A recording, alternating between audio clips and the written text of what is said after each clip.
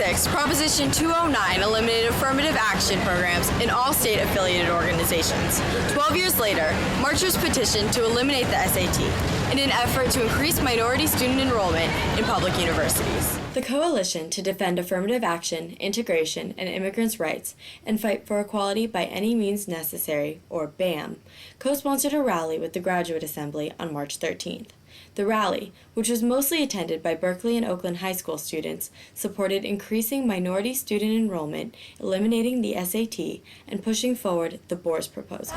Yeah, we presented 2,898 petition signatures to Vice Chancellor of Equity and Inclusion, Gabor Basri, and he was representing the Chancellor. And our petitions calling for adoption of the Boers proposal, elimination of the SAT 1 and 2, and maintenance of the guarantee of admission for the top 12.5% of California's high school graduates. The UC Faculty Committee, BORS, or the Board of Admissions and Relations with Schools, has recently introduced a new proposal that includes a suggestion from UC Berkeley of a so-called layered approach.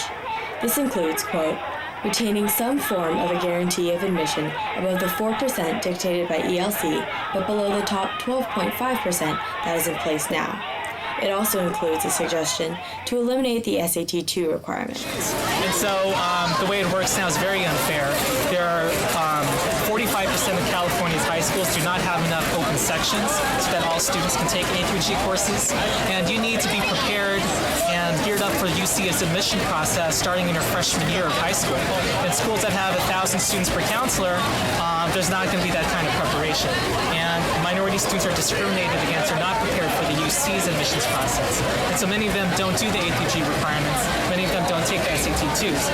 What the new proposal would do would allow students who fall would allow all applications, if you fall short of the A through G requirements, your application could still be considered. The College Board states that the Standardized Aptitude Test, or SAT, helps college admissions officers make fair and informed admissions decisions. Combined with the student's academic record, it is a proven, reliable indicator of college success.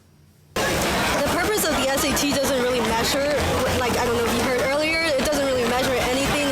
There's been tests done here on the Berkeley campus saying that it's biased towards minority students. We just listened to a guy from the Princeton Review say it himself that it is biased, and there are questions that are on the SAT that are thrown out in that extra section, and those are the questions that minority students tend to do better on. That's almost like a quick fix for trying to diversify what we have right now. By placing a bit of value on race, I think that's actually, it hurts a lot of other people who, just because of their race, can't get into the proper schools. I would feel really bad for, say, a white person with the same merits as a black person who can't go to UC Berkeley based on race because of that. I feel a lot of these policies that we are currently addressing right now with, like, the say affirmative action or the SAT too, like especially try to correct or try to find ways to get a better representative, it definitely would be assisted or would be improved if it was programs that were focused on elementary or earlier in life.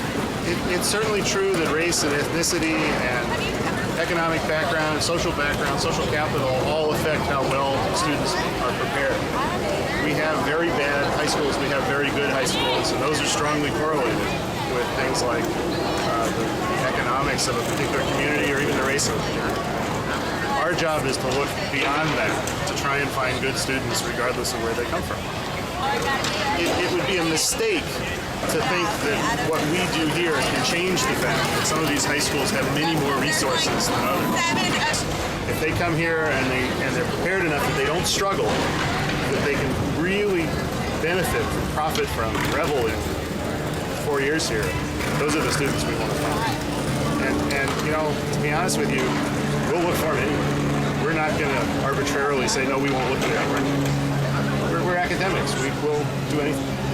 With the University of California's admissions decisions coming out by the end of the month, it is unlikely that any potential changes to the admissions process will affect the incoming freshmen.